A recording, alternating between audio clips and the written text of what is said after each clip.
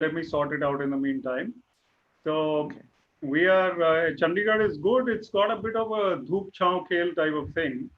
And it's warm as well as cloudy in the middle. And then it gets back to warm. So, but windy and dusty today a little bit. Okay, it's raining a little in Solon, so I was wearing a sweater till half an hour ago, so just to make all of you a little jealous. But I think it's time to start. It's 3:30, and we already have more than 115 participants with us. So once again, good afternoon and welcome to Ideas That Matter. It's a series of webinars that Shoolini is sponsoring, going around the country, talking to leading schools of the country. And speaking along with me is Vivek Atray, and I'll introduce Vivek in a second. Very quickly about me, my name is Atul Khosla. I am the founder and pro-vice chancellor of Shoolini University in Kasoli Hills, Solon, Himachal Pradesh. In the foothills, we have a beautiful campus in the mountains, in the middle of a pine forest. As a background, I am a BTech from IIT Kanpur. I did my MBA from a school called Jamnalal Bajaj in Bombay, and then spent 20 years in the industry between different multinationals, worked in 7 different countries. And 6 to 7 years back, I decided to become a teacher, which I'm very proud of. And I now do full-time teaching. I'd like to add, Satwant Man, that I proudly say that I'm a teacher, and I hate to say that I'm management or a manager or an administrator. So a proud teacher in front of you. We have Mr. Vivek Atray with us today, and he'll be primarily speaking with us on this phenomenal topic of interpersonal skills, which he's a master of, and he's also my guru. A quick introduction to Vivek. Vivek is an ex-IAS officer, a TEDx speaker, also a visiting faculty and professor to Shoolini University, and also an advisor to us. And we've probably done now, Vivek, 25 such sessions across the country. I I think think Vivek we've done is, about, I'm just setting up my, I think we've done about 15 at the moment, but we're set to do more than 40, 30 or 40, I think. fantastic. So lovely. So Vivek is going to take, ma'am, 35 odd minutes, and we'll do a lot of Q&A. So teachers, please keep asking questions. You can do those through the chat board at the bottom or through the Q&A thing at the bottom. And we'll be trying to answer every question of yours. We are also live on YouTube. In case you're having trouble on Zoom, just go on YouTube, please. So before we start, I'll request Satwant Man to please speak and give us your very wise words, and then we can hand over to Vivek. Thank you, Atulji. Thank you so much. First of all, my sincere thanks to you for giving us this session, which is the topic is so close to my heart. And I have heard about Vivek Atrichi and such an eminent personality. And this will be enriching us about that topic. This is an interpersonal relationship. And I do believe that if we can master, if not even the master, we can know about a little bit thing about this skill. Definitely not only the professional life would be the best one, but the personal life also. Because life is full of challenges all the way and not a straight line. And you have to meet so many of the challenges. And if you have that strength, how to manage your relationships, it is in your family, it is in your professional life, you can make them your pillar of strength, and then can across all the odds also. No one can be perfect, and this is today's talk. I do believe would be enriching myself and my team also with all the skills, because we the DAVs do believe that it is not only the bookish knowledge which we want to give to the student, but the teenagers, this is we have to make them the best of the human beings, as we work on that the philosophy of Arya Samaj, making them the best of the human being. And these days we observe that they are going through so much of the turbulence in their life. And if they we can make them this is handle all these the things, this is in a smooth way, it would be not only this is the one the duty at our part, but I think it would be a service to the rather the society also, making them this is understand, and making this the strength of throughout their life. So my sincere thanks to you. And yesterday I came to know about, and I was so eager to hear from you. And my personal asset this today's talk would be. So thank you so much, and to dear Shika also, who thought about this school.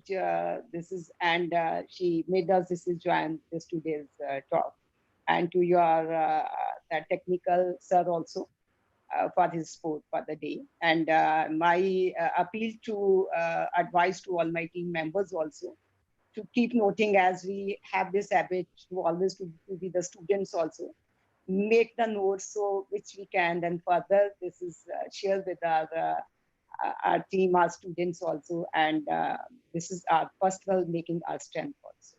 Thank you so much. Thank you, ma'am. What wonderful words of wisdom. Thank you so much. I think for all members of the team, I'd like to again welcome you. Also state that I'm actually a Ludhiana boy. My father is from Ludhiana. We come from a small gully called Brahmpuri in Ludhiana, somewhere near Chowda Bazaar. So that's where I used to go as a small child to visit my grandparents. It's been a while since I've been to Ludhiana, but I think once the thing opens, we have to come and visit you, ma'am, and your school, and we'll spend some time there. So not taking more time, I will like to welcome Mr. Vivek Atray for this exciting half an hour.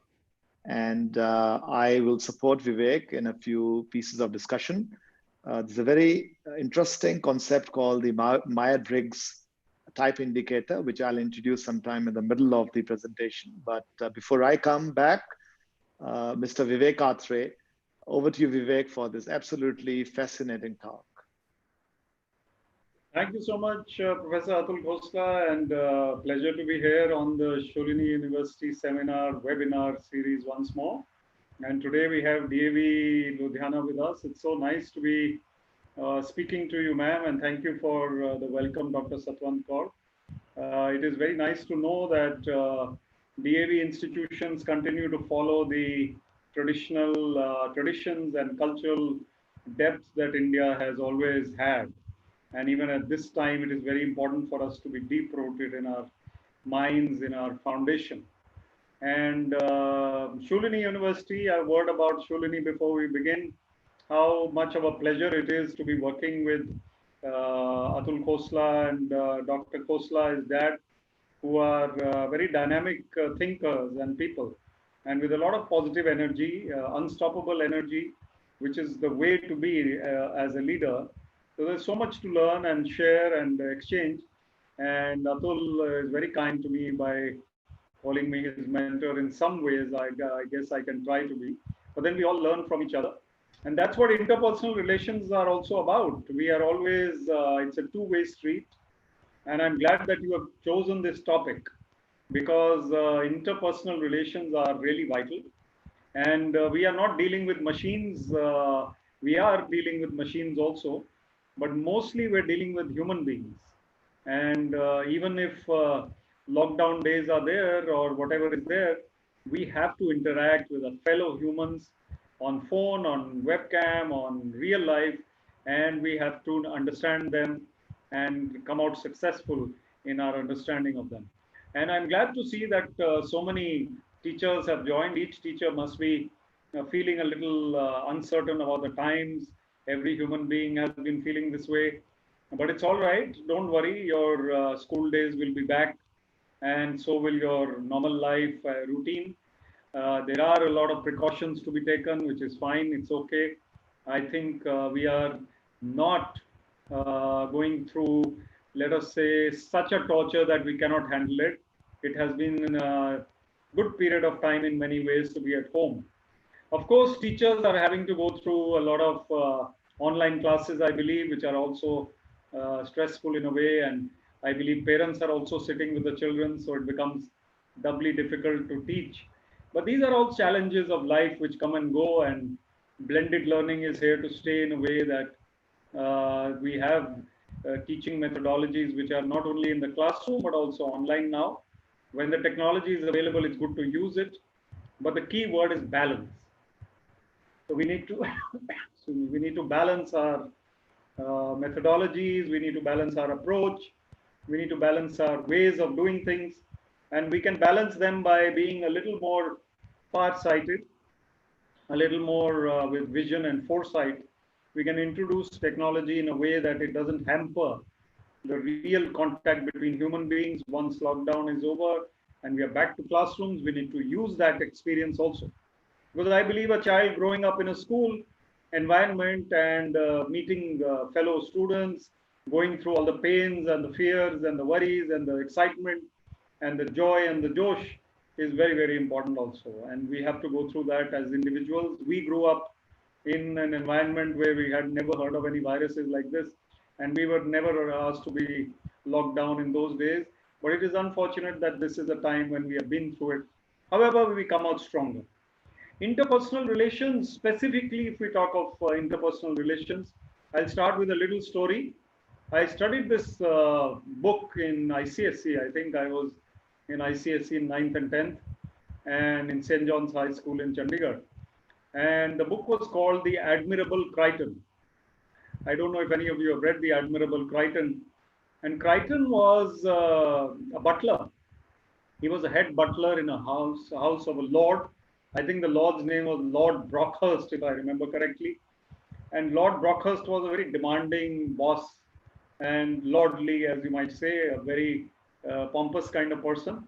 And he had a big mansion with lots of people helping out in day-to-day activities. So Mr. Crichton was the butler, and he was obviously subservient to the lord and the boss and the lady and whoever was the high gentry. It is a bit like the show that you may have seen on Netflix, some of you. It is called Downton Abbey.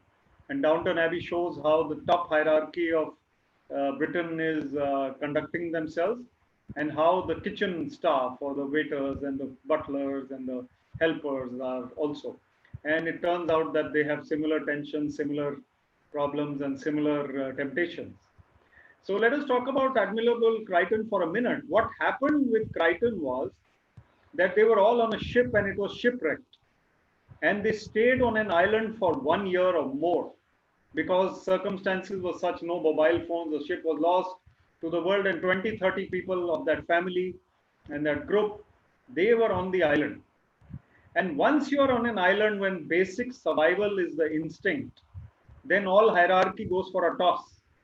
So Lord Brockhurst actually became the helper, and the admirable Mr. Crichton became the boss. So he became the leader of the group because of his human qualities, his man management qualities, his qualities of head and heart. And Crichton became the boss, and they had no hope of going back or virtually. So Lord Brockhurst became one of the men, and whatever Crichton would tell him, he would do. And one day, by chance, a ship comes and discovers them and saves them and rescues them.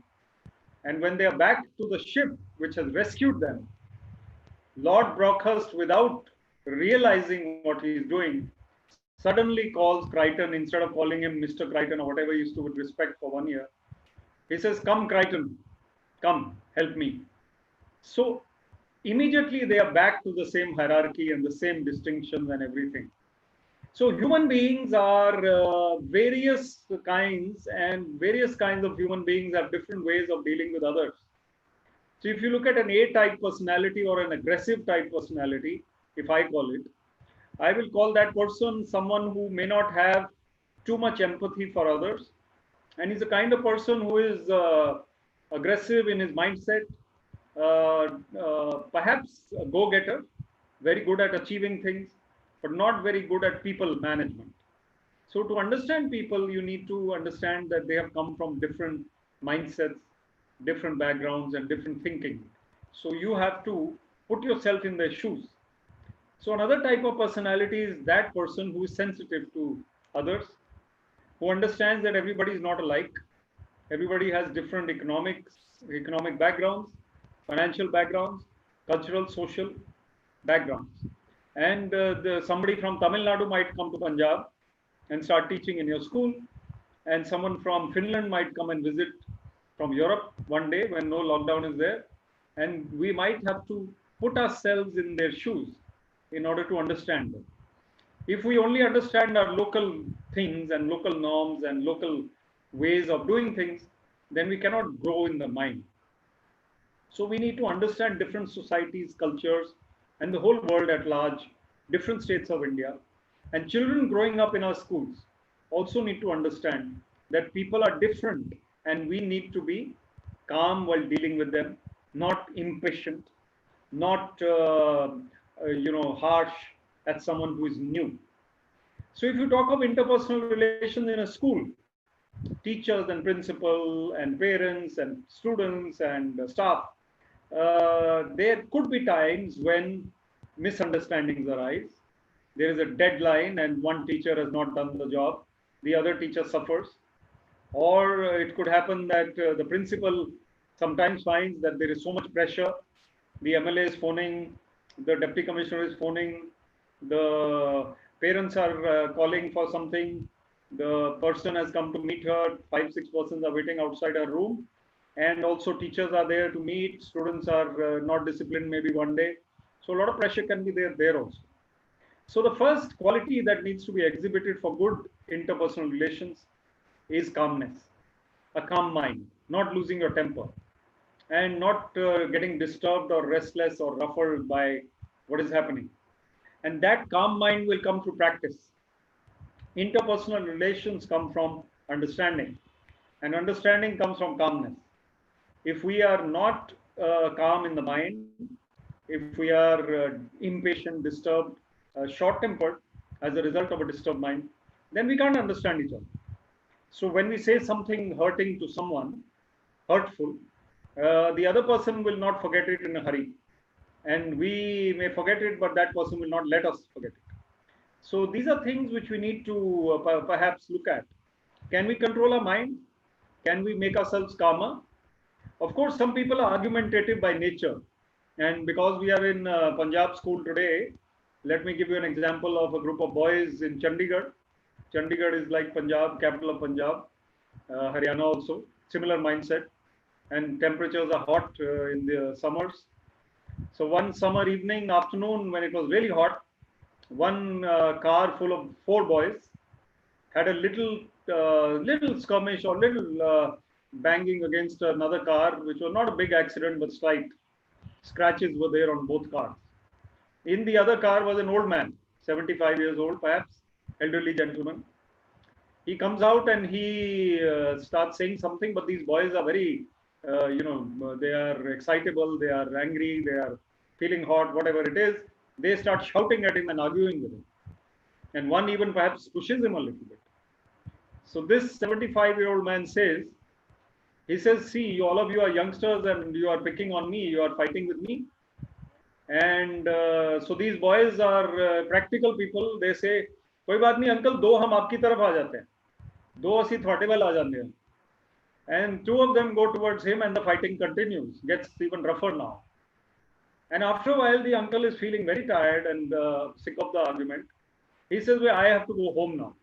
He says, uncle, तुसी जाओ, ਅਸੀਂ ਵੇਖ ਲਾਂਗੇ. So these 2 boys versus 2 boys, they have to fight. Now, boys will be boys, men will be men also is another saying. But women will be women also. There are times when arguments do not stop, and between any 2 human beings, and they do not stop because of 2 things. One is ego, doesn't want to give the other person the last word. The other is restlessness and irritability and anger. They are slightly different from each other. The anger part comes from the ego, but it is a result which cannot be controlled easily then. And so therefore what happens is that we need to try and minimize our ego. We'll talk about ego when we come back after a short break. And we'll talk about anger management also, how interpersonal relationships can be improved. So Atul, Khosla, you're going to add something about MDPI and show a film about Aman, a very brilliant student of Shoolini University. And then we'll be back with more points on interpersonal relations. Yes, Atul. Thank you, Vivek. I truly appreciate. I think before I get into the whole concept of MBTI, I wanted to make a couple of points. And the first point really is great interpersonal skills, great teams can make ordinary people do extraordinary things. And I wanted to show you a small video of one of our PhD students. Her name is Aman. Aman comes from Punjab, was a tough girl to handle in her undergrad and masters. She was a bit of a trouble girl, not the most brilliant, but something magical happened to her in a PhD. She ended up getting a great guide. She worked with a great team and ended up doing some spectacular work. She's been working in the area of water. And as you will soon see in the video, she's actually won some amazing awards. She was awarded as a World Water Fellow, which is awarded to one individual or one researcher out of 100,000 researchers across the world. She spent 3 months in Geneva as part of this award, and then ended up winning a 25 lakh award by Tata Trust and Lockheed Corporation. So amazing, amazing impact that Aman has had. Let me show the video and we'll talk about Aman in a second. So let me pull up the video. Give me 1 minute, all of you, please.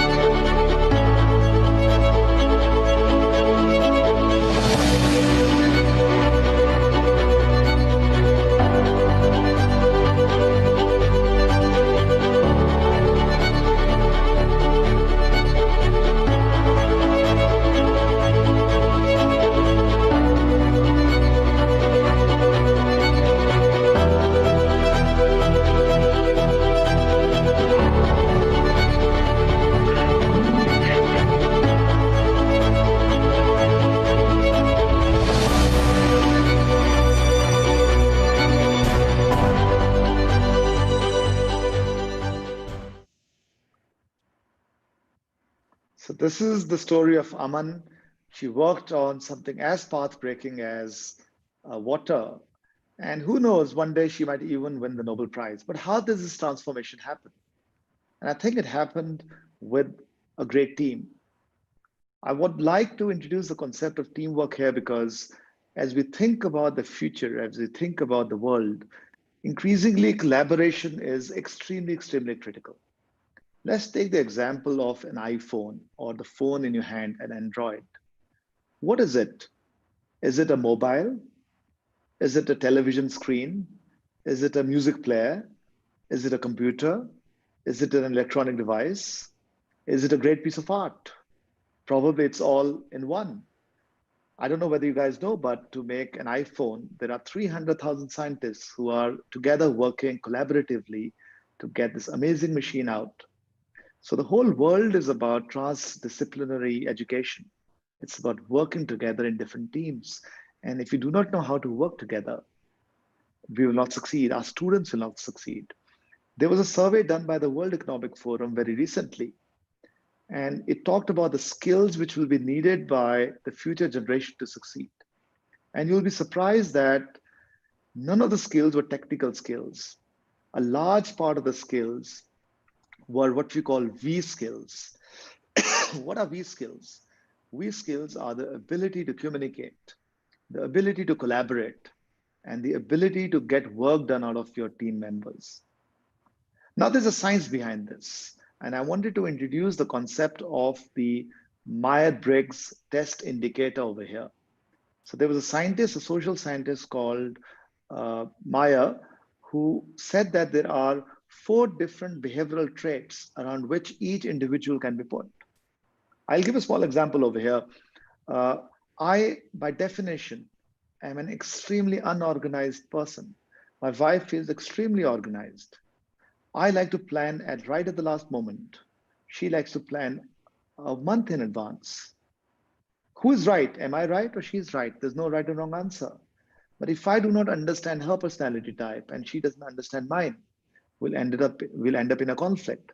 So the Myers-Briggs framework puts in a very lovely framework to understand what the other person's type is. I'm going to play a small video on this one, Vivek, if you allow me, Sure. which will it's 2 minutes, which I just dug out of and some old videos I had. I'm going to bring it up in a second.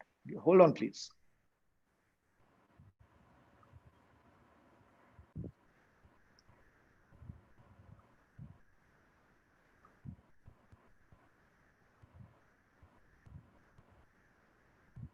Say hello to Jill and Bill. Can you hear the They noise? work together, Sound? but couldn't be any more different. See how they unwind after a long day. How they take in and express information, like giving directions. Take Pine Street 0.6 miles, turn right on Chestnut Avenue, go 5 blocks north. It's the blue house on the left, number 1943. Here, let me write it down. Go that way until you see the Stop and Shop, and then walk toward the ocean. You can't miss it. How they make important decisions. How they organize things like vacation plans. How they sometimes don't get along. But why is this? Perhaps the Myers-Briggs personality framework can provide answers. The Myers-Briggs Type Indicator Assessment is an effective way to assess your innate personality type preferences. Knowing your preferences can better equip you in making decisions, communicating with others, and so much more. For example, some people gain energy by interacting with others, while some recharge through quiet reflection alone. Some people take a detail-oriented approach to information, while others are drawn to the big picture. Some folks take an analytical approach to decision-making, while others focus on how their decisions will impact others. And some people prefer to make and stick to plans, while others take a less structured approach, keeping their options open. All you have to do is take a brief assessment to identify your preferences and determine your 4-letter personality type. Rest assured, it is not a test. There's no such thing as a right or wrong type, and it can't predict the future. But the Myers-Briggs assessment can provide you with a better understanding of yourself and those around you, at work, at home, and anywhere else you may go in life. It's never a bad time to work on your personal development, so get started today with the Myers-Briggs Type Indicator Assessment.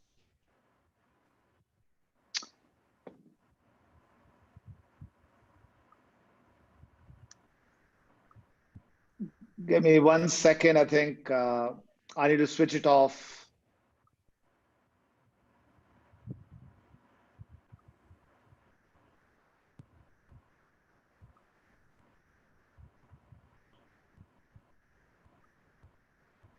Vivek, can you hear me? Yeah, now? you're visible and audible both. Fine. Okay, I think the other video started playing. So the Myers-Briggs framework is something that I've used very effectively, Vivek. If you can understand the other person using a lens, a simple framework, it's so much easier to get along.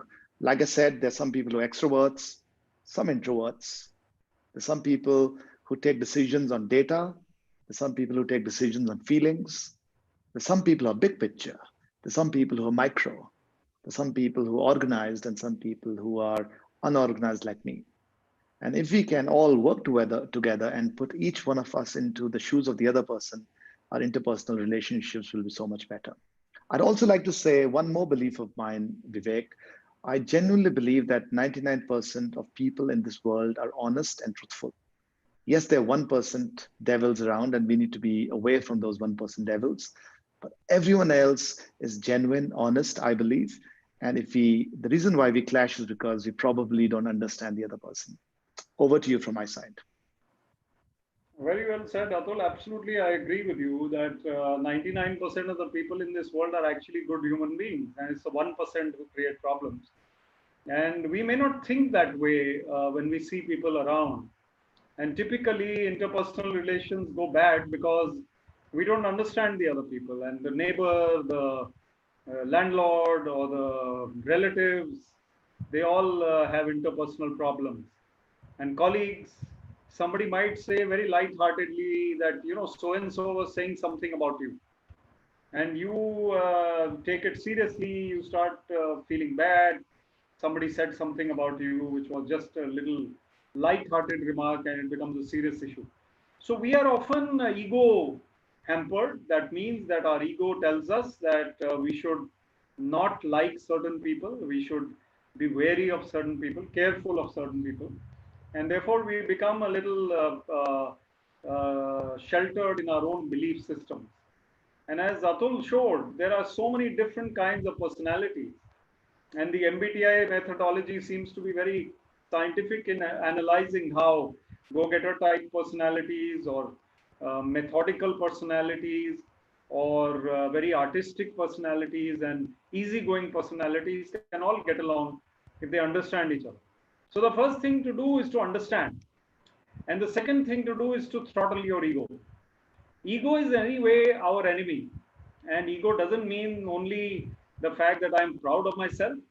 It also means that I am not able to control my negativities, my shortcomings, and those things which are absolutely against my own interest. So ego, in our very short-term usage, narrow-minded usage, we say ego hai, usko bada ego hai, he thinks too much of himself, she thinks too much of herself. And that's not it. Ego is all the negatives in us. Anything that gives us the reason to feel selfish, self-centered, not thinking about others, and also the lower self is ego. If you look at the spiritual aspects and you read the scriptures, they will tell you that we have a lower self and a higher self. We have a subconscious mind, a conscious mind, and a superconscious mind. And the superconscious mind is the one we need to develop and cultivate. So another advice that I'll give you, if you want to vanquish your own ego, and you feel that you will be better off if your ego is not troubling you so much, then you can you can meditate. If you meditate, if you find peace of mind, you will realize that all these things really don't matter. If somebody said something to you at the bus stop 2010, and that was 10 years ago, and till today you remember it. He said this to me 10 years ago. Whenever you see that person, you remember that. So these are things which really belittle us. They make us our own enemies, because we are troubling ourselves with those thoughts. And those thoughts will not go away unless we make a determined effort to do so. We need to be cheerful, we need to be positive, we need to be less demanding of others and more demanding of ourselves. So turn the spotlight of introspection onto yourself. Don't analyze others so much that your interpersonal relations go bad because of a small little thing. Analyze yourself. If you have a little bit of weakness, try and get rid of it. And the related point is anger management. Relationships get soured when we say something which should not have been said. If I am thinking something against someone, I am getting that thought that this person is not nice, is not as per the person I want him to be or her to be. They are not affected by our thinking. They are affected by what we do and how we are with them. So we have to control our emotions, negative emotions, and try and be positive with them. And this is a very key point. Supposing we have to work with someone for 30 years, 35 years. If that person and we don't get on in the first 2 years, how are we going to spend another 33 years? We have to learn to at least have a working relationship. Working relationship means she is not my best friend, but I will work with her as much as is required. I will do what is needed. I will not feel bad about working with her. I will give her support where she needs support. She will then give me support where I need it. Maybe she is not the one I have lunch with. She is not the one I would like to phone after school hours and have a chat with. She's only there to work with me. That's fine. You have a working relationship with some people and you are best friends with other people. That's okay. But we need to stop hating people. We need to stop detesting and loathing people. We need to really bring out our best emotions. Anyway, negative emotions are taking a toll on our own health. Most of our stress is due to worries, due to negativities. And these are not good for either interpersonal relations or for our own health and conduct. If we look at ourselves as minds, bodies, and souls, a man or a woman are three things: mind, body, and soul. If you look at your body, we are taking care of it. Look at the mind, we are taking care of it in some ways. We are feeding the mind positive as well as negative things. And negative things means that when we are indulging in criticism or cynicism or jealousies, then we are feeding it negativity. When we are watching the TV news at night, I often tell this to all my listeners: please don't watch the TV news at night before sleeping. Don't watch or talk about negativity before sleeping. And after waking up for a while, stay off negativity. Suddenly, somebody calls you with the news that, oh, did you know that this accident happened? So many people died. This happened. That politician is so bad. These things are not really adding to your life. How many people died? How they died in an accident in the newspaper? What is the GK increase with that?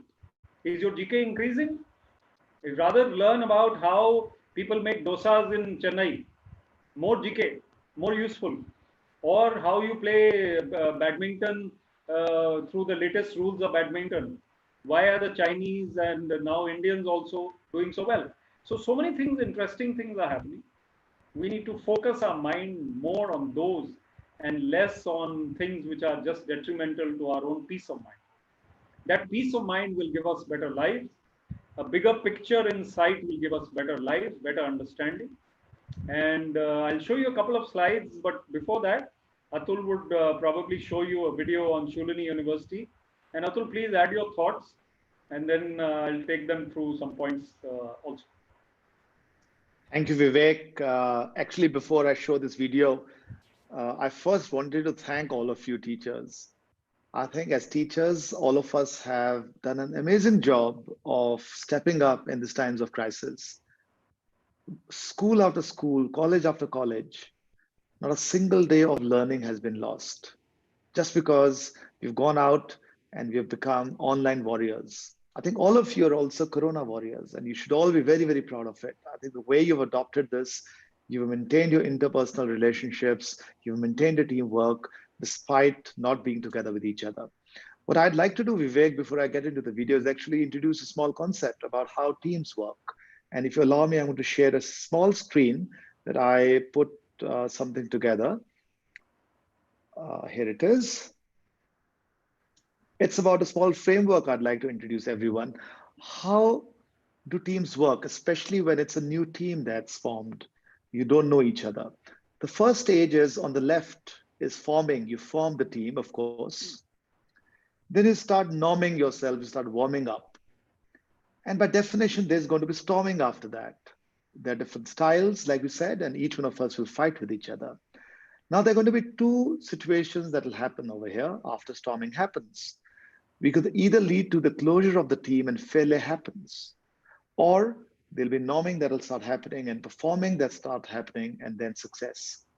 It's up to us as team members, it's up to the leader to ensure that the team doesn't disintegrate and move towards failure, but moves towards norming and performing, and finally success. The message I wanted to give over here is that I have never seen a team that does not go through a storming phase. So if it's happening to you when you get into a new team environment, you will just take it as normal, take it as something that's going to happen to you.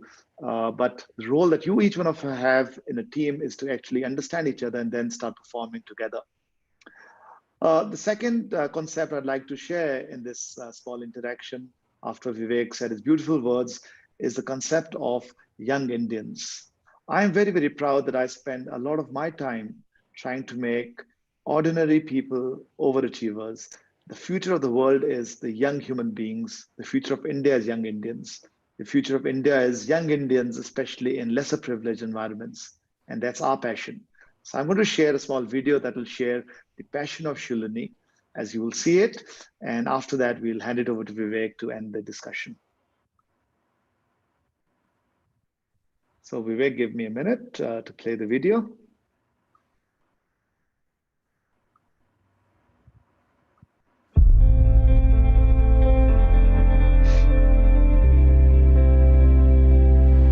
Throughout history, The young have always been the ones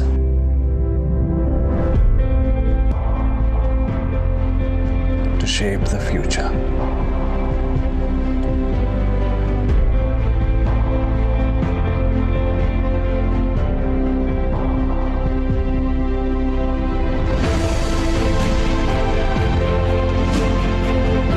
And they continue to do so today.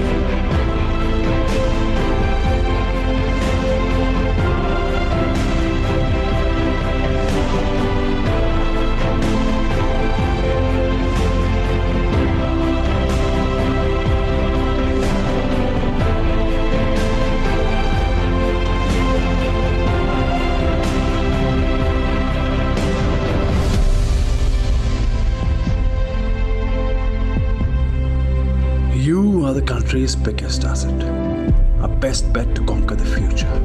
So what are you waiting for? Your time to dream is now. Dream of the research that can change the world. Dream of a high-flying corporate career. Dream of higher studies in the world's best universities. Dream of developing cutting-edge technology of the future. Dream of your own global startup. At Shoolini University, we empower you and enable you to chase your dreams and change the world.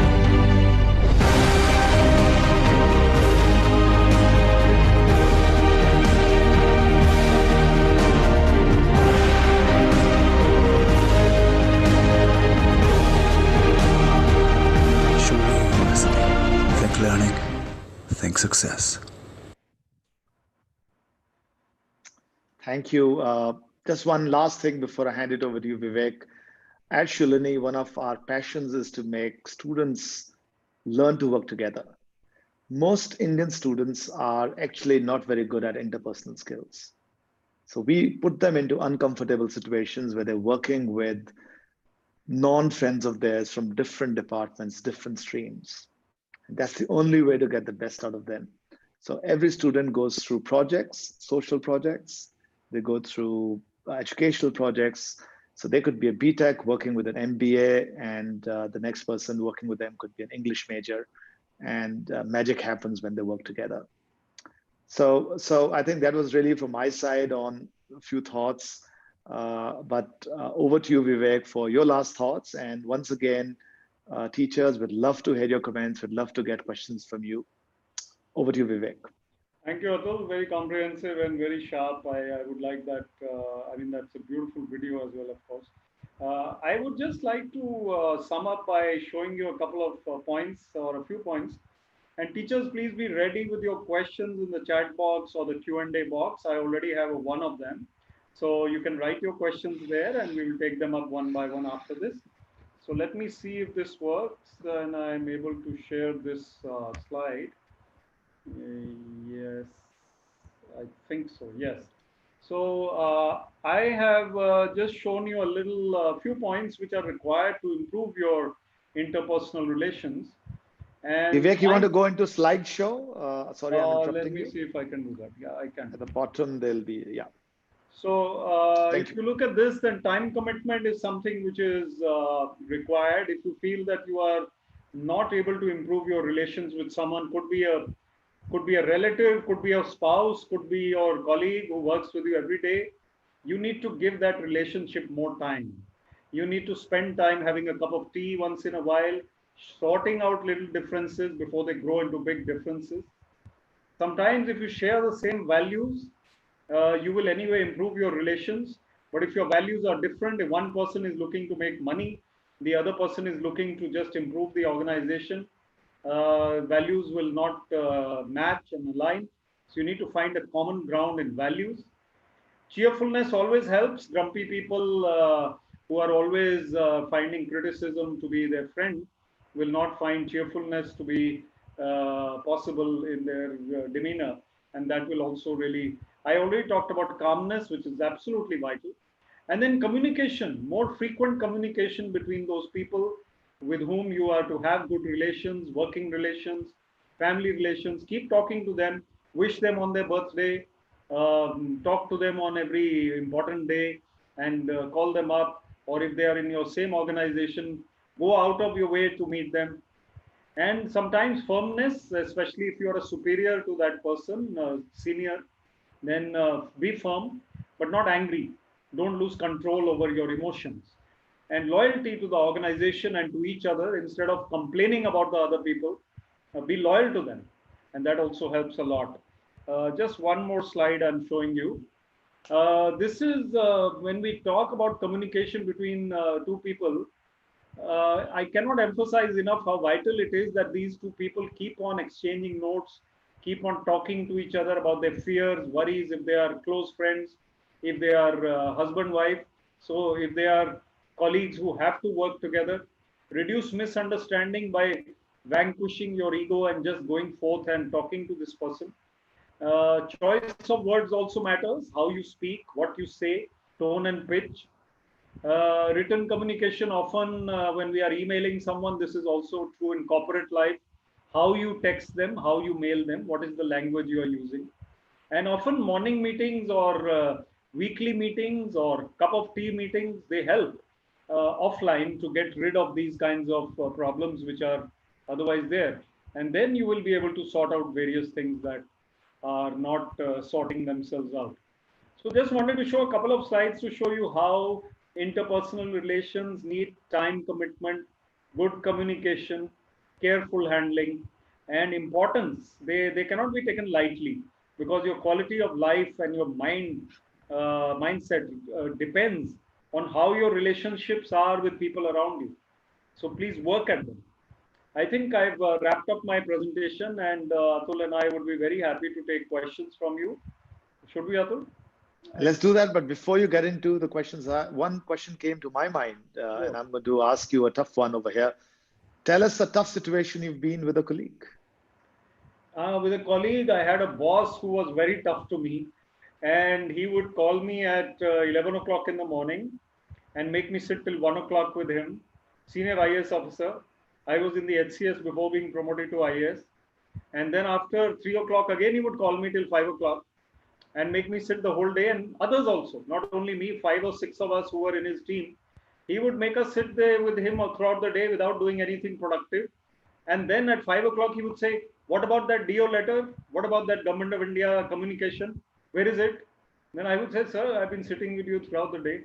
But our relationship was obviously, so it took time for him to get used to the fact that I should not bother these guys so much. But his ego didn't allow him. So I had a tough time with him. That's a difficult one, especially if it's a boss. Let's go into the Q&A, Vivek. Vikas I have is a asking. question from Vikas, TGT Mathematics. So Vikas is asking, please guide how to handle students with diverse learning needs in normal class. So you see, absolutely a very sensitive question and very important. Students with special needs, diverse needs, have to be given time offline also. In the class, of course, you have to give them special attention at times, but you cannot do that to an extent. So beyond an extent, because the other people are also there, other students are there. So spend extra time with them and prepare them for the classes, each child separately. And then only you will be able to understand the child better. The child will be able to open up with you. And then the child will also be able to get more out of their classes. And it will be very good for them if they are able to do that. That's a good question, Vika. I think I answered it okay. Atul, like to add something? I think when you're talking about diverse learning needs, Vikas, I think what you're saying is different students have different needs, and you're not only talking about students with special needs. So I'll just introduce again a small thinking framework for all of you, which I call the skill-will framework. So imagine a 2x2 matrix. On the y-axis, you've got skill. On the x-axis, you've got will. So you're going to have low skill, high skill, low will, high will. So 4 quadrants. First quadrant, which is high skill, high will. You'll have students who are very excited and also have a lot of skill. They're very difficult to handle. So just let them be alone. They will figure out their way. So don't be too demanding on them. Don't force your views on them. Otherwise, you'll have challenges. They might sometimes even know more than you. And you'll be sending them to the principal a lot if you try to put your views too much on them. So they're the guys who have to be left alone. They'll do the learning on their own.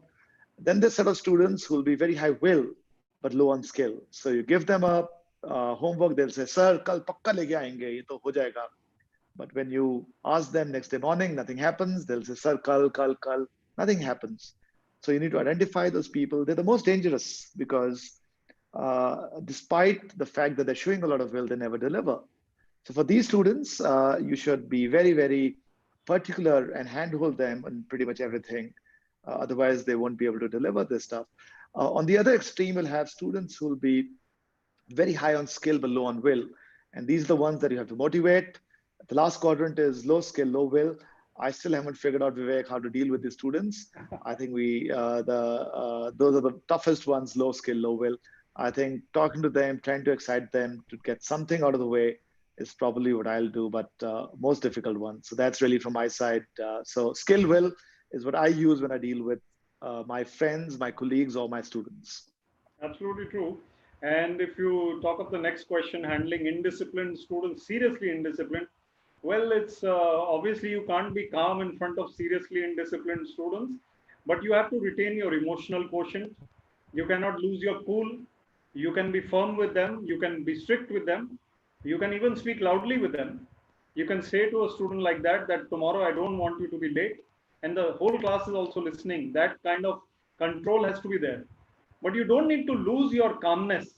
You don't need to lose control over your speech, over your demeanor. So while remaining balanced, you have to develop a personality in yourself. I guess you're a young person, Vikas Dogra, TGT Maths. You have to develop a personality which is such that people don't take you lightly, yet you are calm. So remember, you have to find that balance. It's tough. It's tough. Don't be taken lightly. You will be solid, but don't be a person who people dislike or is too angry. It's tough, but try that. Next question, I think. Mamta ma'am has a question. You might want to pick it up. Mamta ma'am is asking some students who belong to such families where parents are divorced or regularly in scuffle, they show very poor performance. How to bring such students at equal pace? Absolutely very difficult to bring such people, such students to pace. My wife runs a school for toddlers, by the way, and many of these toddlers' parents are fighting or squabbling with each other. And it is evident because those children who are biting, hitting others, they are the ones, if you call the parents, then those parents are like that. So it takes a lot of toll on the students. It is very difficult, no doubt, to handle such students. Give them time. Call them separately. Maybe two students are like that. Call them together. Let them understand that you care for them and give them more time and give them more attention. Make them feel welcome and encourage them. And even if they get 60 marks out of 100, others are getting 85, 95, give them that little bit of calm encouragement and try to push them better, make them better. So you'll have to deal with them psychologically a little bit. Encouragement will work. And also counsel the parents. You can call the parents at times, talk to them individually if they are in a divorce situation. Call the parent who is handling the children and tell them that this is how you need to handle the children. Then we have Gopal Das ji who's saying how to handle parents having over expectations. Yes, this is a problem of 2020 where everybody thinks my child will be Shah Rukh Khan and Usain Bolt and Virat Kohli rolled into one. And these are only acting and sports. He will also be Einstein and Elon Musk. Cannot be possible. Each child is different, has different requirements and different abilities. So counsel the parents, talk to them, and the child also tell him that do your 100% best, otherwise your parents will not be able to even get some of their ambitions through you filled. So drive the children more and talk to the parents once in a while. It's tough. Some of them won't understand. But even if you can make 80% of them understand, I think you are okay. What is the better solution for an over-pampered child? So over-pampered children, obviously at home things are not balanced. They are eating wrong, they are getting everything they want. And over-pampered children in school, their parents need to be called and they need to be told that your child has to be like others. And it doesn't matter if you are the richest man in Ludhiana or the most powerful. You have to listen to the school requirements and not make this child feel as if he is God's gift to the school and mankind. So that's my thought on that. Atul, would you like to add something? I think that's the best way. I think not pampering the child in class is also very important, because sometimes if he or she comes from an important family, I've seen sometimes my teachers get influenced. So also coaching the faculty and the teachers is also very important, that everyone is equal inside the classroom. Absolutely. And then there's something about seventh class emotional boy. Babita ma'am is asking, I'm not a child psychologist. What I would suggest that if he's over emotional, please show a child psychologist or ask someone. Because, and one good thing that I have learned, I'm a sportsman and Atul is also a sportsman. If physical energy needs to be expended outdoors. If somebody's running for 1 hour or playing badminton or football for 1 hour, he will not have too many emotions after that, because that endorphins are released and your outlet is already there. That's why punching bags are there. So let him do sports, that will help him. There's some questions on the chat bot, on the chat. Okay, I'll just take one more from Seema ma'am, who is saying, after diagnosing problem areas, it's difficult to convince the parents. Yeah, so you try your best with the parents. Parents are actually, I'm also a parent, many of you are parents, but out of the three stakeholders in education, the educationists, the parents and the children, I think the problem is with the parents. And the parents are too expectant and too pampering and too harsh also at times. So we need to counsel the parents more. Maybe you can get Atul and me to speak to the parents one day. We'd be happy to talk to them as a group. Paramjit Kaur ma'am is saying, I think that was by Paramjit Kaur ma'am, right? Right. Deepika ma'am has got a question which I can pick up. Vivek, Sure. She's saying, what can you do when the majority is against you? Ma'am, that's a very difficult one, but the two things I would do. One is I'd go back and introspect. If the majority is saying no and I'm saying yes, then there must be some rationale to it. But then if you think you really believe in that you're right, there's something called facts that you need to bring to the table. Most human beings are rational. And I think if you bring in the facts and tell the story in a nice and proper way, there's a very high probability you can influence the people around. There's actually a very interesting movie, Vivek, Seven Angry Men. You might have seen that. Absolutely. And if you haven't and you have time, teachers, see this movie. It's a jury which is trying to find out who did the murder, and they have to find the murderer out of the lot, and people have to come to a consensus. So it's an amazing movie of how the jury comes to a consensus when initially they were all against that particular consensus. So I would say facts and working with your team members is important if you think you're right. I've got a question by Nisha ma'am, who's saying is it important to ignore some harshful things?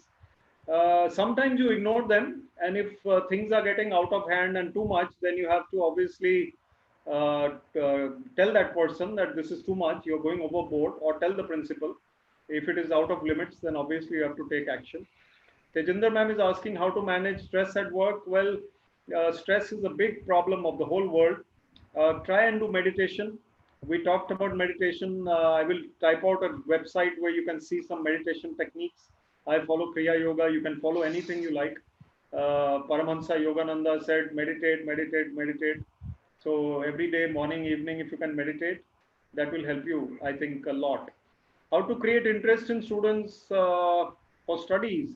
If they find a particular subject very difficult, well, they need to be passable, as the French say. They need to be just adequate in that, and they can be good at others. So you can try to encourage them individually. That will be better. Then how to manage teaching in the big tuition scenario. Yeah, that's a national problem. I won't say it's an international problem like the virus, but it is a national problem. And so I've got a very strong point of view over here, Vivek. Go ahead. We are spoiling our generation. 2 years, 11th and 12th of our young population is being lost. rather than learning, they're roting. I can only say for me, and this might be true for you, Vivek, I personally never did any tuition ever. And I did get into IIT, and I think I did reasonably well. Yeah. Unfortunately, it's not in your hands, but what I can request, Principal Ma'am over here, is that you could, rather than students go out to tuitions, probably you can internally start doing some tuitions for guys who want to do NEET or JEE and provide some special classes. You can charge for that, of course, but it is a challenge. And the more they can stay in the school, it'll always be better. So, ma'am, you might want to think about that. The last two questions were from Rashmi ma'am and Ritu ma'am. The next one is from Navdeep ma'am. How to encourage the students to value the education in life? So obviously students have to value education. It is their main priority at this time of life. If they are not focusing on education and they're focusing on other things, then their basic upbringing is at fault.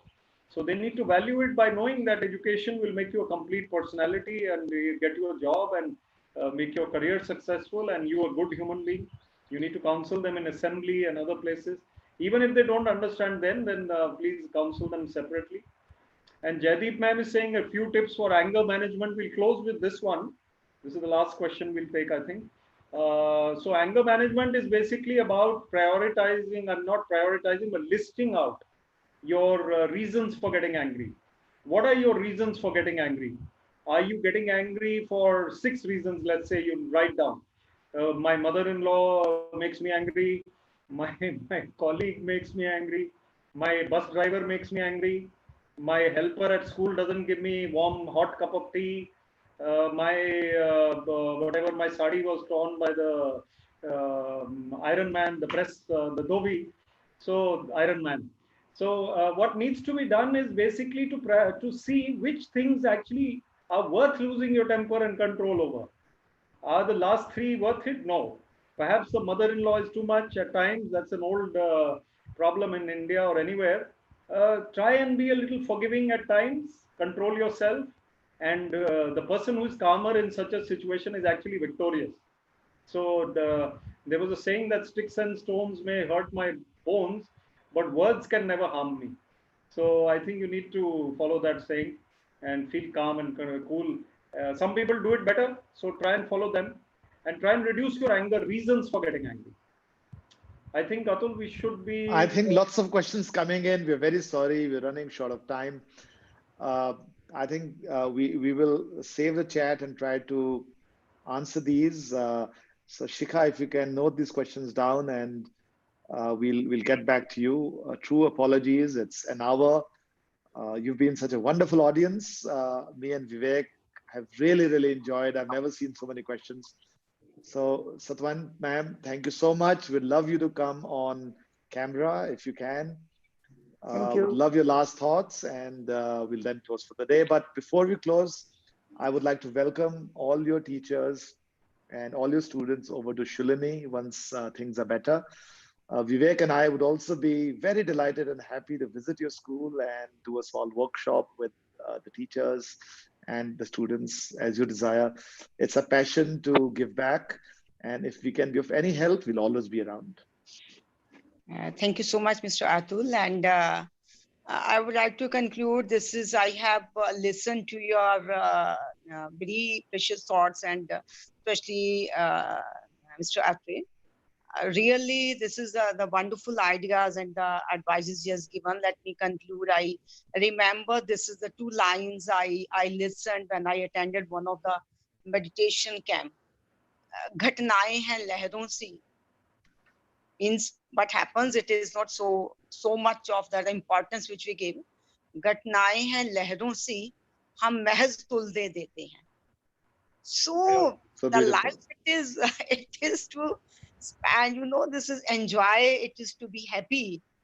And this is not worrying so much about what we can do. This is the best way we should do. We should give the 100%. And then this is then leaving it. This is to him also. It is for his final decision. So this is it will, I think, work. This is for the interpersonal relations also. One point which you said, the egos and which is making the turbulence so many times in our life. And Mr. Atray, he said this is doing the meditation. It really works also. So to calm down yourself, to be happy, and then the many of the problem would be solved also. And definitely, this is myself and my team would be. This is using your tips, which the real life are there you have given. Thank you so much, and my sincere thanks to Shika also. And I wish all the success for Shoolini University. So, Atulji, this is our bond is so strong. This is being the Ludhianvi. So I request you to continue this relationship in future also. Thank you so much. Definitely, ma'am. There are lots of friends of ours who'd like to come and speak to your school. So Shikha will be in touch, and if you think it's useful, we'll be happy to bring it to your students and teachers. So I think it's a commitment from both Vivek and I. Thank you. Absolutely. Thank Absolutely. you. Thank you. Stay connected. Stay in touch on social media, LinkedIn, whatever, all of you. And please send your questions in writing. Thank you. And be safe. Thank you very much. Thank you, sir. Thank you.